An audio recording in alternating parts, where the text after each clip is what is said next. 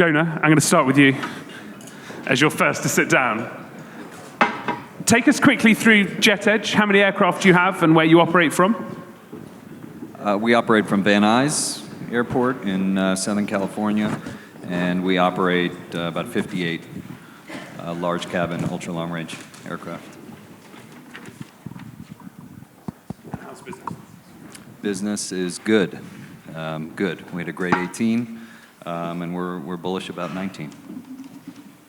Okay. Great. Nick?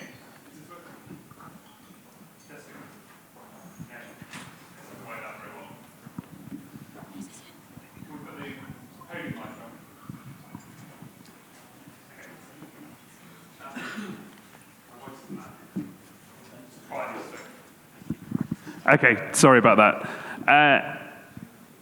Nick, can you take us through QS Partners and what you do? Well, it's been a very strong 2018. We're optimistic about 2019. I think it's going to be more chaotic in 19. There's a lot of factors that are promoting uncertainty, but I think we can adapt. I think it'll be a good year. Jim, how was 2018 for you, and what are your thoughts on 2019 as a private bank? 18 was our best year ever, with a huge carryover into this year. I'm a little concerned about this year, more on the geopolitical side, but my crystal ball doesn't work anymore. I put it away. So I'm hoping 19 will be a great year. Tim, do you want to just explain who NATA represents quickly, and then take us through how your year and members' year was? Yeah, sure. So Tim Ovitz, Chief Operating Officer, National Air Transportation Association. We are the trade association in the U.S. that's the oldest for business, so aviation businesses. So we represent Part 135, FBOs, and maintenance shops. And 2018 was a great year for our members. So we're hopeful that 2019 continues, but we're going to be talking about America being great, and I'm a skeptic. Dave, Global Jet Capital, you don't have a microphone, we'll get you. All right, thank you. So Global Jet Capital, we're a private equity owned, independent, non-bank, primarily an operating lease company with a global footprint and appetite. And 2018? 2018 was a really, really strong year for us. Exceeded expectations in some ways, came close in others, but a very, very strong year for us. And I will tell you, going into 19, it's one of the strongest backlogs that I've ever enjoyed in my career.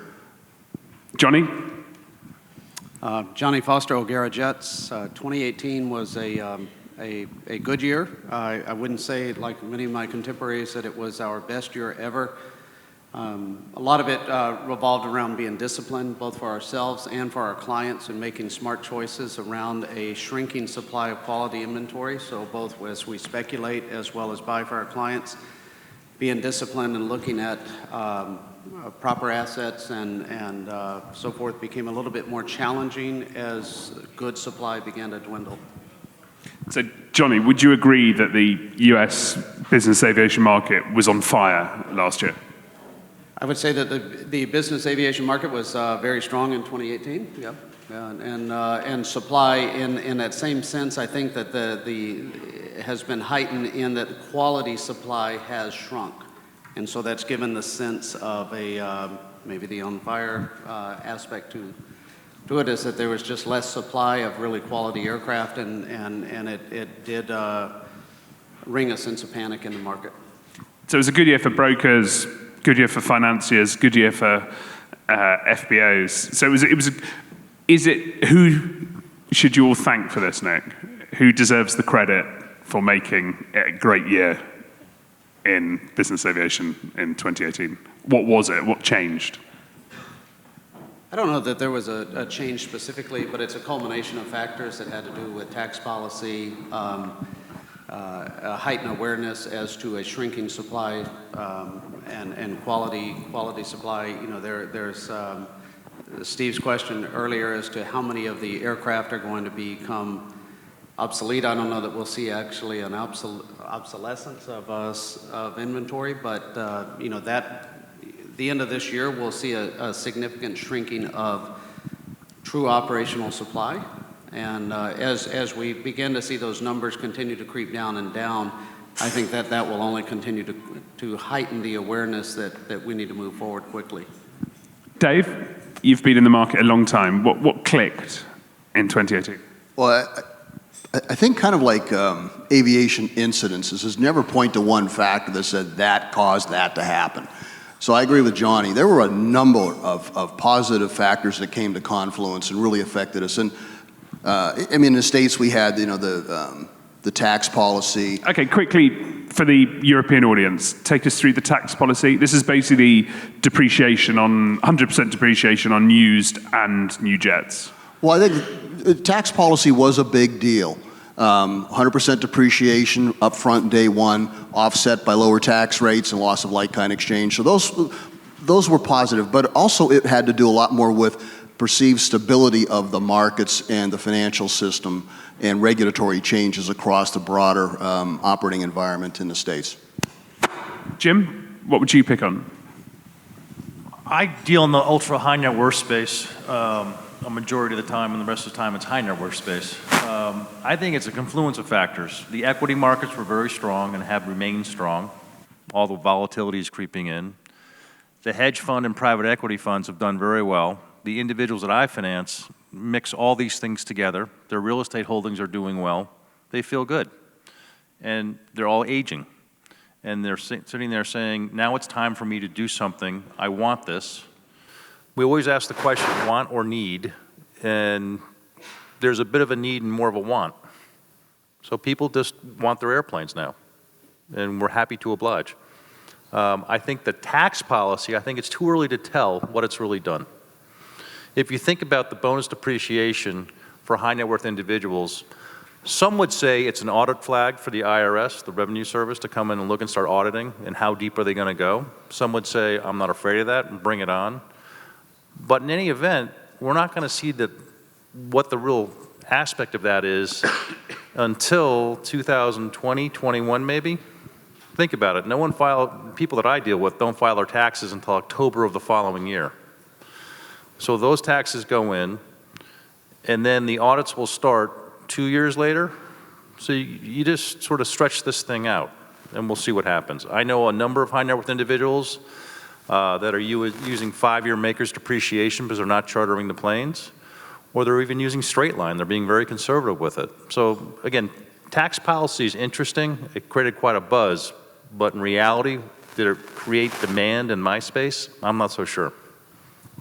Nicholas, we had a very strong end to the year. With your buyers, people coming to you to look at aircraft, how is the government shutdown that started just before Christmas? Has it taken the heat off the market? Is it a blip that's already forgotten about? Well, that's a very good question. I think we'll see in the next couple of months. My opinion is it's a symptom of a much larger chaotic situation, not only in the U.S., but around the world. And I think that chaos promotes uncertainty, and people who buy really expensive things don't like uncertainty. So I think to the extent that we continue to have an unpredictable future for the U.S. With unpredictable policies, that's going to put a certain amount of dampening on the overall buying market. Jonah, have you seen that at the end of the start of this year, demand dropping, or for charter, or for, are you getting less management inquiries now than you were at the end? I think it seems to have concerned us as an operator more than our clients. We saw a really strong close to 2018 on the charter side, on the management side. And so far in 2019, January, strong charter month. So I think it has us a little bit more spooked than our ultra high net worth clients. Tim? Yeah, so can you hear me okay? No? Is it on? There we go. Good. Yeah, so the best thing about the government shutdown was my commute was awesome to work. So it takes 45 minutes to go 4.5 miles, now it takes 12. So that's the only good thing about it. But uncertainty is not good for our industry. And we are now in an uncertain time. That's why I said I was a skeptic. And we've got the issue of tariffs. So from the FBO standpoint, we're not seeing large jets, business jets flying back and forth from China, because why do people want to invest in China, and why do the Chinese want to invest in here as well? We've got unstable funding for the FAA, and we're going to have a brain drain, and we're already seeing it, of people that have done 20 years or more at the FAA, Customs Border Patrol, TSA, just leave. They're gone. They've done their government service, they're going to take their retirement, and hopefully get picked up by Booz Allen Hamilton or somebody like that and become a Beltway bandit. We have a deteriorating system. People ask me, well, how long is it going to recover? How long is it going to take for the FAA to get back on track? I'm telling you, 6 months, we'll be back to normal. So we got check airman issues. So we talked, the other guy was talking about, Pascal was talking about that there isn't a pilot issue. We've got a huge pilot issue. I talk to my aircraft management companies all the time, and they say, hey, you know, we don't have enough pilots. We've got these people that want to place the planes with us, but we're trying to find pilots for them. And the cost is, you're right on, Stephen, the cost is out of control, and we've got to figure out what it is and create an awareness of, you know what, you can actually make a lot of money being a pilot and have a good life. Then you have the issue of security issues. You know, we've had some incidents in the States with this shared economy of ride sharing, where we've had some really bad stuff. So now TSA is knocking on my door saying, hey, we got to regulate you guys big time out of the FBOs. You know what that's going to do for the business market? Terrible. Imagine having to go to an FBO and have your high net worth people go through a whole security protocol that doesn't occur now. That's bad for our industry. And then the last thing that was mentioned was ADS-B. We've got a real problem coming up. And so from the FBO standpoint, they're like, well, shucks. Maybe we got to switch to the European market where we nickel and dime everybody on everything that we offer, as opposed to just focusing on making money off fuel. So, sorry for being a bummer. Yeah, that was like, you know, you should have stopped at the commute when you were cheery. Dave, no, Jonah first. Pilot hiring, is it an issue or is it not an issue? It's absolutely an issue. And I think there was a good comment earlier, quantity over quality. You know, in the large cabin, ultra long range world, you know, the type of pilots that our owners are looking for are indeed hard to come by, and they are expensive. And there's no doubt a shortage of, you know, properly qualified pilots for, you know, for our clients, for sure. So I think it really is. I mean, it's a quality question. I think in lights and mids, if you're looking for a pilot quickly, there are hundreds of applicants, but when you're looking for a certain type of pilot that's typed in certain aircraft with a certain amount of time, there are only so many, you know, guys and gals out there. So you know, we just focus on culture and sustainability for the lifestyle and quality of life, and we seem to be able to crew airplanes, you know, one by one. Okay, Dave, ADS-B, are you worried about it? Have you got issues with your portfolio, or do you think it's, I've had someone else say they think ADS-B, which is the fact that by the end of this year, aircraft in the US have to have new technology that sends out, this is the limit of my air traffic knowledge, sends out information. Some people have said to me it's like Y2K, which some of the people in the room probably don't remember, but what's your view? Well, there's a lot of questions in there, so let me break it down as I best understand them. First off, when it comes to our portfolio, I have zero concerns. We saw this coming, as everyone else in this room did several years ago, very proactive, reaching out to not only our owned airplane lease customers, but the portfolio which we have loans on. Very active. And what we didn't want to do was have any one of our clients get stuck. Did not want to be the guy for 1 second that when an airplane was due to come back off lease and they had missed the ADS-B, we were not going to be in a position of being the bad guy.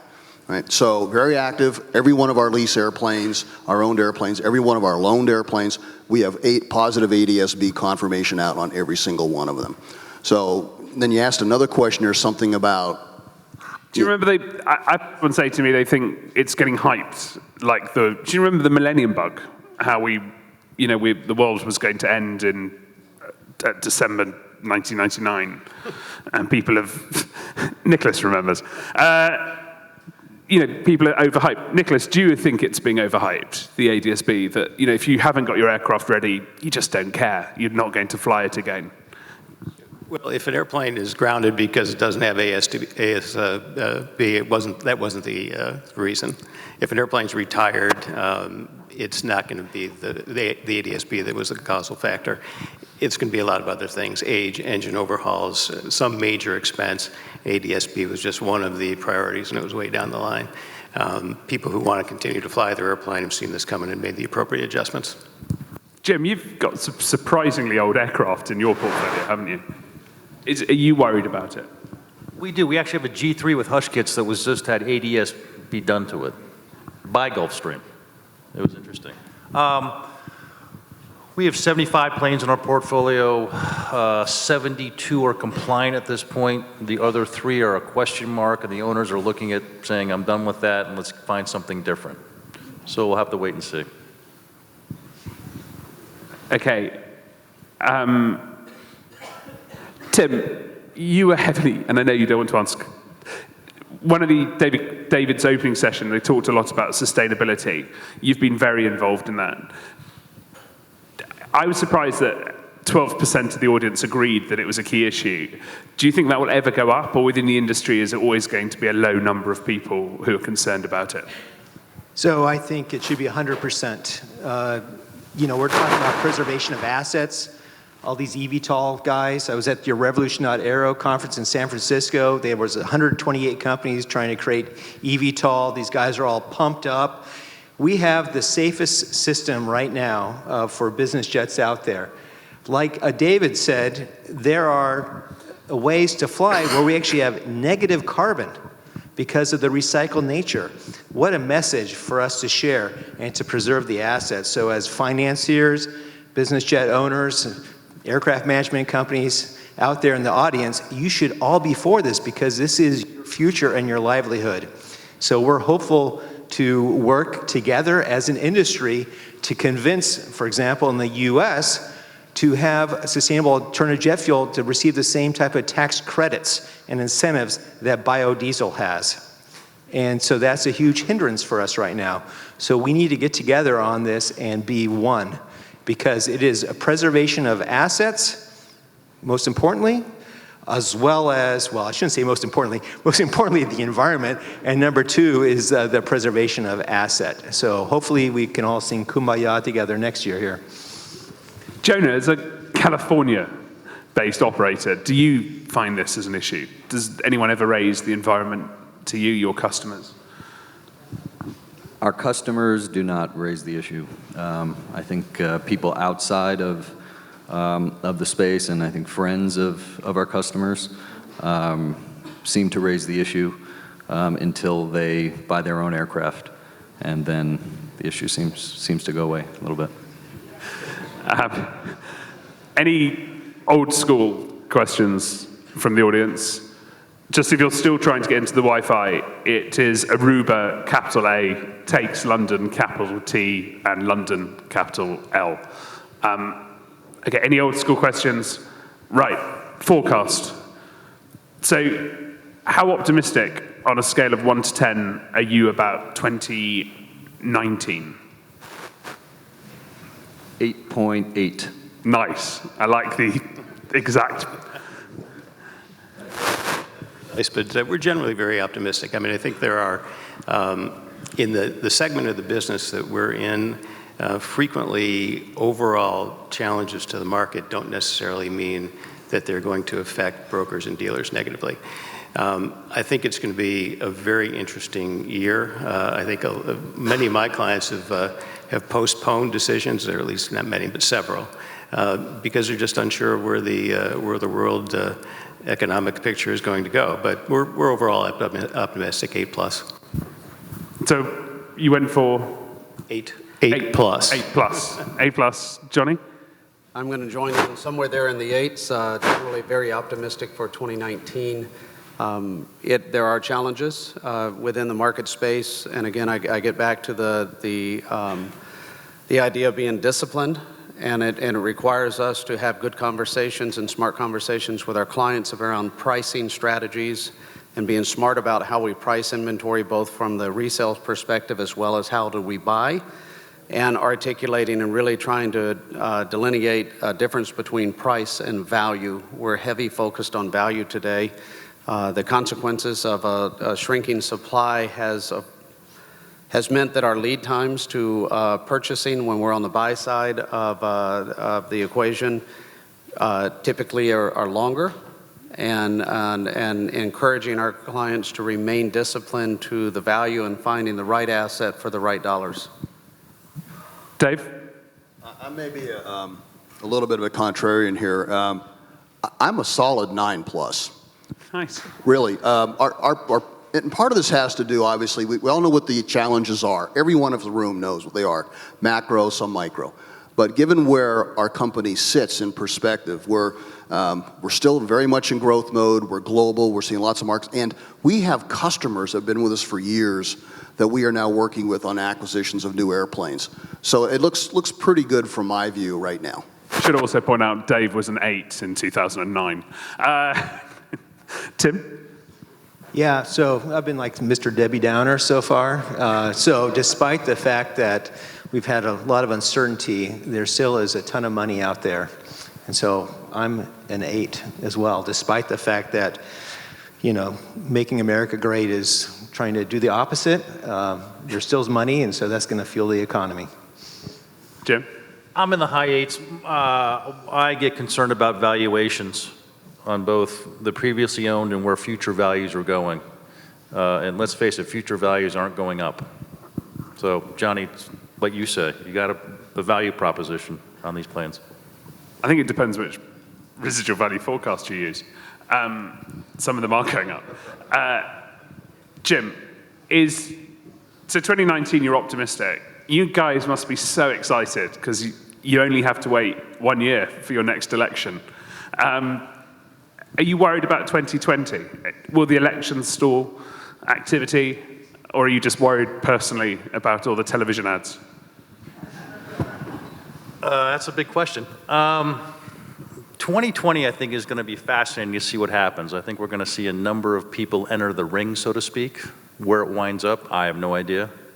Will it take people's eye off the ball? I hope not, but I'm afraid it might. I don't know. The older I get, the less I know, and the more comfortable I become with that. This is one that I don't know. Does anyone else have views? Nicholas? Do you think elections delay decision making? Do you think it's an issue? I think normally in years past, I've always felt pretty comfortable about being able to have a good handle on what the market was going to do in the next year or 2 years, at least be able to see some trends.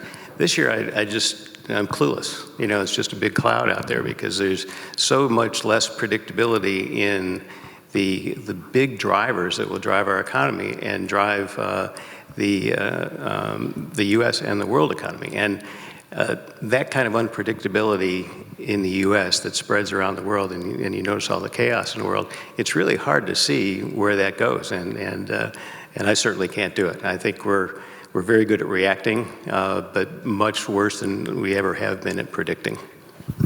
Jonah? Yeah, I think that our industry has traditionally been a very reactive model, and I take a lot of credence in my dad's advice. He used to always say that when you need an excuse, any will do. And I think the industry is headed that way. You know, we have talks about whether or not there are recessionary measures in the market today, an election coming up, limiting supply, and so forth. And these are just the excuses that could become the catalysts that slow down the activity. Whether or not there's really a true recession in play, you know, my friends at JP Morgan say there's not anything forecasted in their data through 2020.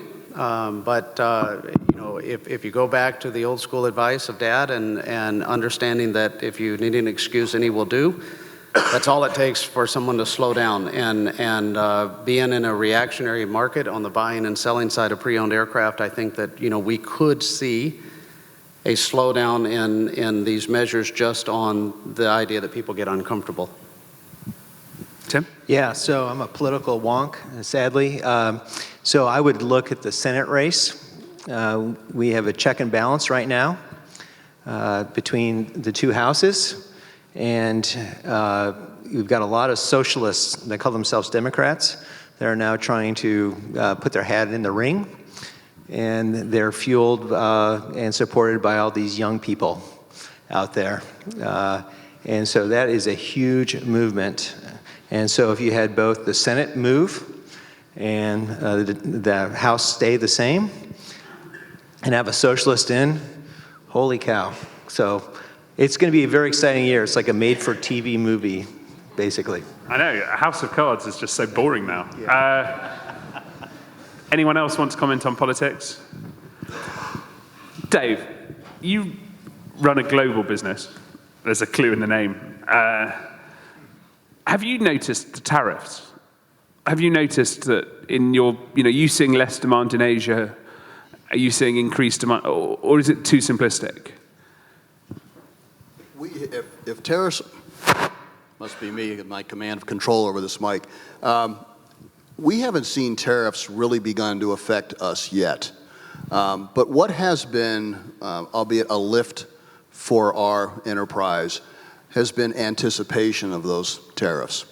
And maybe I'm just coming at it from a little different angle, but we have been very busy in parts of Asia with customers that have bought airplanes perhaps a little bit sooner than they wanted to, and then they figured out, I really didn't want to pay cash for all of that big asset.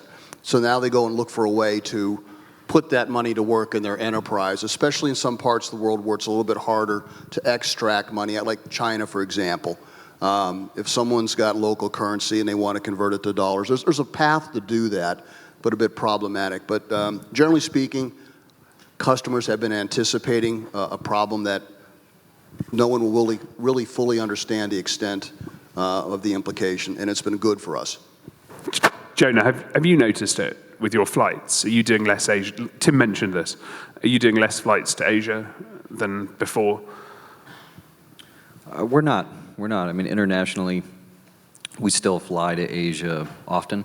I think we get concerned like everyone else when we feel market volatility and political instability on the horizon. But for us, the best pulse that we have our finger on really is the businesses of our owners, and we feel good about what's happening in their businesses. We continue to see boomers have liquidity events in their late 60s, early 70s, and particularly those with Asia-related businesses. So Asia travel is still high for us.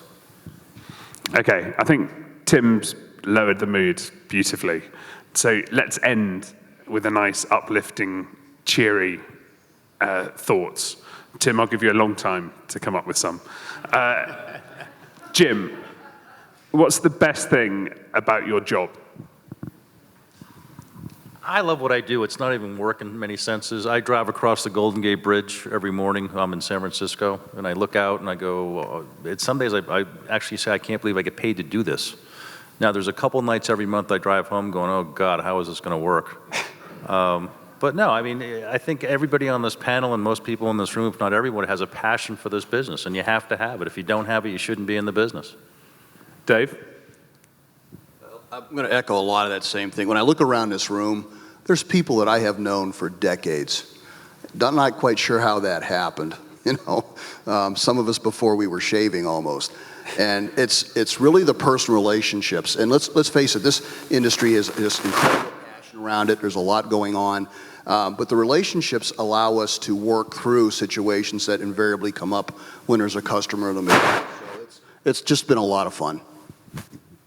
Johnny? I would echo what Dave says here. I think maybe wasn't shaven when we first met, so we've known each other about that long. It's the relational value, and not only the relationships within the industry, how closely so many of us here in this room know each other, but also the context that we have with our clients. It's, from a standpoint of buying and selling aircraft, it's still a very emotional purchase for the vast majority of our clients, whether it's a Fortune 500 or a high net worth individual. There's an aspect to this emotion, to success, to wanting them and they wanting you to be part of this transition into buying this plane. And so, we have this opportunity to develop these long-term relationships that sometimes extend generations, where we buy and sell aircraft for someone over many, many years and many different transactions. So I think that's really a sweet part of this.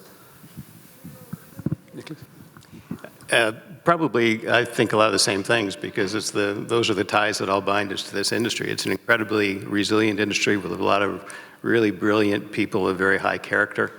And I look back on my career, and it's been a privilege to be able to make a good living in this all these years, and I'm very thankful for that. And I think that will continue, whatever the challenges are that face the industry. We've got the best people in the world to address them, and it's good to be part of that. Jonah, because you're a relatively recent entrant, what do you think? Or you can tell us the worst part of your job if you want. I think it's very clear that this business is very much kind of rooted in creating experiences, and I think you really feel that in kind of the relationship-driven aspect of the business. I mean, I think it really is one of the more relationship-driven businesses that exists. So I think I think you really get to feel the importance of experience creation in the people that are making key decisions that drive the business. So it's an exciting business to be in. Tim, do you want to pass on this one? Oh, yeah, I'm a happy person now after hearing all that. That was awesome. Yeah, so what's great about this industry is everybody is passionate. And we talked a little bit about before where all 100% of you should be in SAGF, and David Cleel talked about, wouldn't it be great if the industry worked together to get to the 1,000 units of ability to deliver new aircraft each year. So if we all come together, and I believe we can keep the certainty going in the industry, and that's what I'm very hopeful for. I believe we can do it. Great. You see, even Tim's happy now. Thanks very much to the panelists. It was a lovely panel, and coffee is outside, brought to you by Jet Aviation.